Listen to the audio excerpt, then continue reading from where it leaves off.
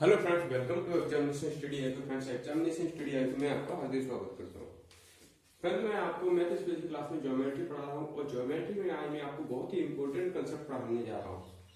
इस कंसेप्ट को आप ध्यानपूर्वक समझिए, ये बहुत ही आपके लिए एग्जाम में हेल्पफुल है। उससे रिलेटेड कई बार क्वेश्चन भी पूछे गए हैं। मैं आपको आज बताने जा रहा हूँ कि सर्कम सेंटर क्या होता है।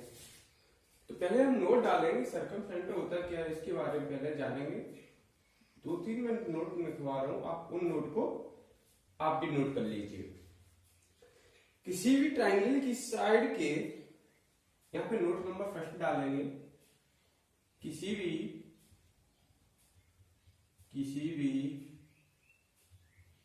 ट्राइंगल की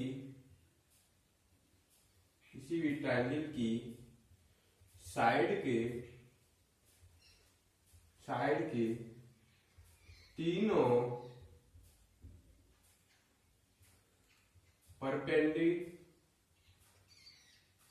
परपेंडिकुलर बाइसेक्टर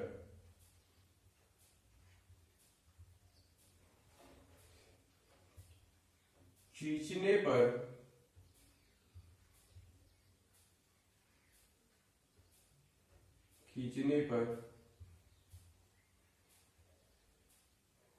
एक दूसरे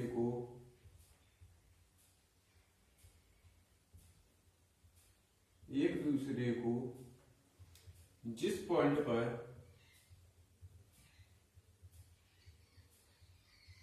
कट करते हैं उसे सर्कमसेंटर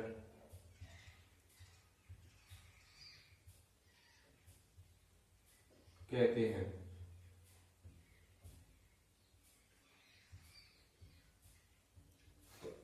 फर्स्ट नोट हो गया, इसको समझते। फर्स्ट नोट क्या कहता है। फर्स्ट नोट कह रहा है कि मान लो ये आपका कोई ट्रायंगल है, हमने ये आपके सामने ट्रायंगल ले लिया।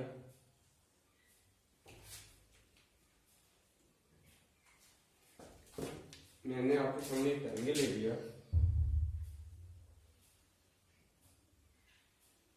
ये ट्रायंगल है ABC, ठीक। ये वर्टेक्स है, ये वर्टेक्स B एंड ये वर्टेक्स C। इस ट्रायंगल की साइड के पर क्या खींच दिया जाए, परपेंडिकुलर, अर्थात प्रत्येक साइड पे क्या हो, लंब भी हो और उसको क्या करे, बाइसेक्ट भी करे, अर्थात समद्विभाजित भी करे। मैंने इसका मान लो ये परपेंडिकुलर बाइसेक्टर खींचा साइड BC का, जो साइड BC का क्या है, लंब भी है और इसको क्या करता है, समद्विभाजित भी करता है, दो भागों में बराबर डिवाइड करता है। तो परपेंडिकुलर बाइसेक्टर का मतलब है कि जिस साइड पे डाला जा रहा है वो उस पे परपेंडिकुलर हो और उस साइड को दो बराबर भागों में भी क्या करता हो, डिवाइड करता हो। इसे क्या कहेंगे, परपेंडिकुलर बाइसेक्टर। इसी प्रकार से हमने साइड AC का परपेंडिकुलर बाइसेक्टर खींचा। मान लेते हैं ये परपेंडिकुलर बाइसेक्टर AC का है, जिसको पीछे बढ़ाने पर एक दूसरे को कहीं यहां पर आकर के क्या करते हैं, कट करते हैं, ठीक है। अब हम साइड AB का परपेंडिकुलर बाइसेक्टर खींचते हैं, जो साइड AB को क्या करेगा, साइड AB पर लंब भी होगा। ये मान लिया हमने साइड AB का लंब है और इसको पीछे बढ़ाने पर ये एक दूसरे को कहीं यहां पर जाकर के क्या करते हैं, कट करते हैं। और ये क्या है, इसका लंब भी है, इसको क्या कर रहा है, दो भागों में बराबर डिवाइड भी कर रहा है। ये इसका परपेंडिकुलर बाइसेक्टर है। इन तीनों के इंटरसेक्शन पॉइंट को क्या कहेंगे हम, सर्कम सेंटर। इसी को जो कहा जाएगा वो कहेंगे क्या, परिकेंद्र, सर्कम सेंटर। ओके, चलिए इस सर्कम सेंटर को किससे नोट करते हैं, तो C से नोट करेंगे। इस सर्कम सेंटर को किससे नोट करेंगे, C से नोट करेंगे। चलिए अब नेक्स्ट इसका पॉइंट हम नोट करने जा रहे हैं आपके सामने। नेक्स्ट पॉइंट क्या कहता है, नेक्स्ट पॉइंट कहता है पॉइंट नंबर 2,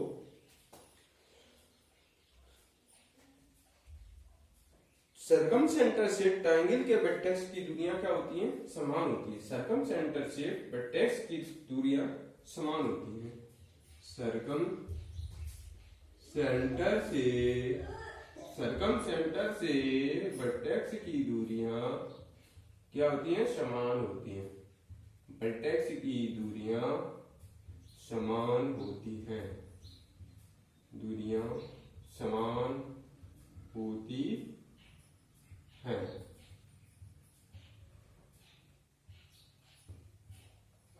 ये आपका सेकंड पॉइंट हो गया। क्या कह रहा है? ये हमारा कोई ट्रायंगल है ए बी सी। ये क्या हमारा ट्रायंगल है? इस ट्रायंगल का यहाँ कहीं क्या होगा? हमारा सर्कम सेंटर होगा। तीनों के परपेंडिकुलर बाई सेक्टर खींचेंगे तो ये क्या हो गया? सर्कम सेंटर हो गया। इस सर्कम सेंटर से, इस परिकेंद्र से प्रत्येक वर्टेक्स की दूरी, इस सर्कम सेंटर से प्रत्येक वर्टेक्स की दूरी अर्थात यहां से यहां तक की दूरी, यहां से यहां तक की दूरी और यहां से यहां तक की दूरी क्या होगी? बराबर होगी। ये दूरी प्लस ये दूरी, ये दूरी।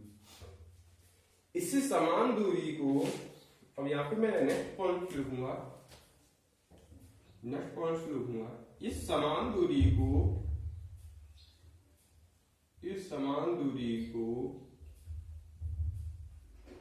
सरकम रेडियस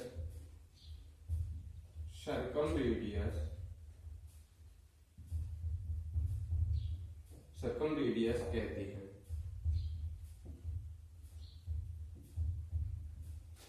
अगर इस सेंटर से आप क्या खींच दे? सेंटर से एक आर्क लेकर के इसका अगर आप सर्कल खींचोगे, परिवृत्त खींचोगे तो ये तीनों वर्टेक्स से होकर जाएगा।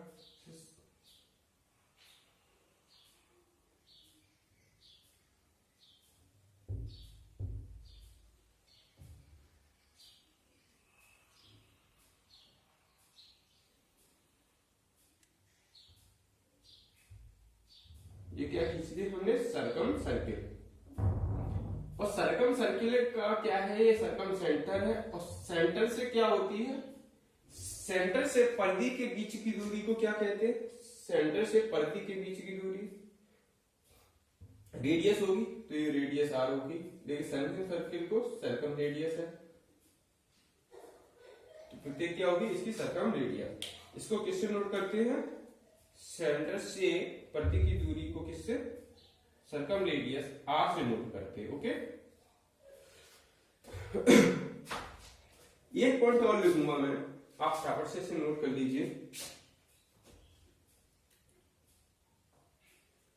आपने तीनों पॉइंट नोट कर लिए?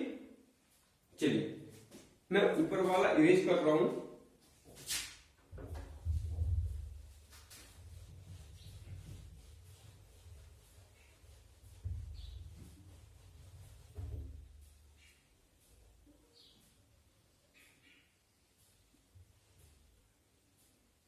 चलिए इस पॉइंट को समझिए।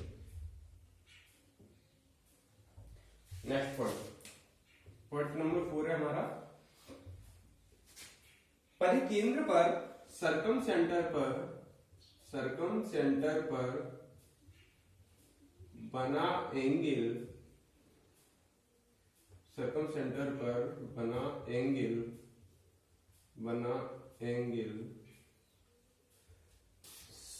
सरकमफ्रेंस पर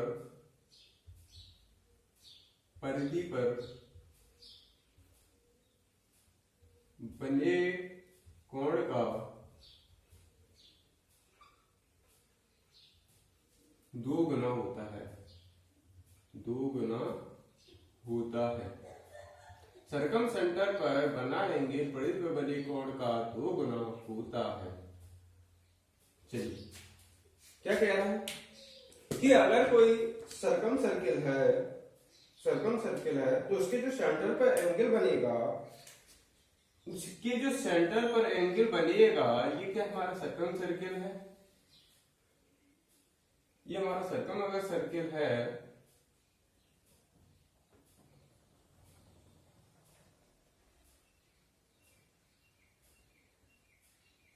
ये क्या है? हमारा एक ट्रायंगल है एबीसी। ट्राइंगल है ए बी सी। ओके, यहां पे इसका क्या है, सर्कम सेंटर है, सर्कम सेंटर सी। इस सेंटर पर सेंटर से वर्टेक्स की दूरी क्या होंगी, सेंटर से इस सर्कमफ्रेंस की दूरी रेडियस कहलाएगी, तो ये रेडियस आर होगी। इस सेंटर से इस सर्कमफ्रेंस या ट्रायंगल के वर्टेक्स की दूरी ये भी क्या होगी, रेडियस ही होगी। चलिए ये भी रेडियस होगी। इस सेंटर से इस सर्कमफ्रेंस या सेंटर से वर्टेक्स की दूरी समान होगी, क्यों, ये भी क्या होगी, रेडियस होगी, सर्कम रेडियस, ये भी सर्कम रेडियस है। तो यहाँ पे जो एंगल बनेगा वो दो गुना होगा किसका, इस वर्टेक्स ए का। वर्टेक्स पर अगर एंगल टोटल एंगल थीटा है तो इसका कितना बनेगा, 2 थीटा। समझे, ये वो कह रहा है क्या, हमारी लेवली कह रही सर्कम सेंटर पर बना एंगल परिध पर बने एंगल का 2 गुना होता है। आप इसे नोट कर लीजिए, मैं इसको समझाता हूं कैसे होता है। ये क्या है, हमारा सर्कम सर्किल है एंड ये हमारा एक ट्रायंगल है एबीसी। ये वर्टेक्स ये है, ये बी है एंड ये सी है। यहाँ क्या है, हमारा सर्कम सेंटर।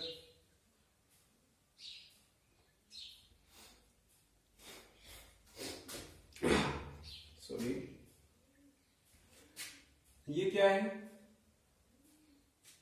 सर्कम रेडियस है तीनों, ये भी सर्कम रेडियस, ये भी सर्कम रेडियस, ये भी सर्कम रेडियस। चलिए, आपने क्या पढ़ी हो, वेस्टकॉट थ्योरम पढ़ी होगी। वेस्टकॉट थ्योरम में क्या कहती है, अगर मैं इस एंगल को एक्स ले लूं, पहले ये बताऊं मैं, मुझे क्या बताओ, अगर मैं इसको एक्स मान लूं, ये अगर एक्स है तो ये भी एक्स ही होगा। अगर मैं इसको वाई लेट करूं तो ये भी वाई होगा। अगर मैं इसको जेड लेट करूं तो ये भी कितना होगा, जेड होगा।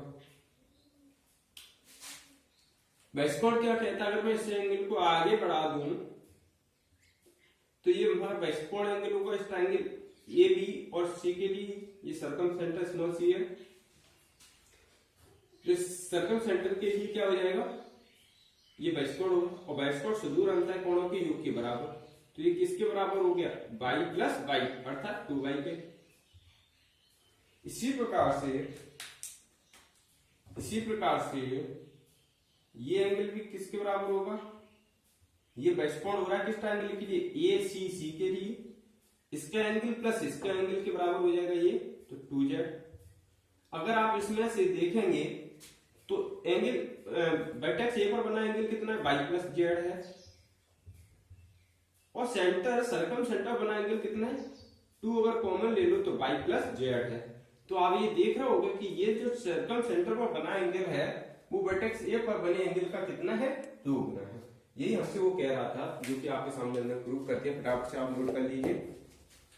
उम्मीद करता हूँ फ्रेंड्स आपको ये सारी चीजें क्लियर हो गई होंगी, समझ में आ गई होंगी। चलिए फ्रेंड्स, आप इसे नोट कर ली। मिलते हैं आपसे नेक्स्ट वीडियो, तब तक के लिए बाय, टेक केयर। आप अपना ख्याल रखें, स्वस्थ रहे, सुरक्षित रहे। Bye bye, take care.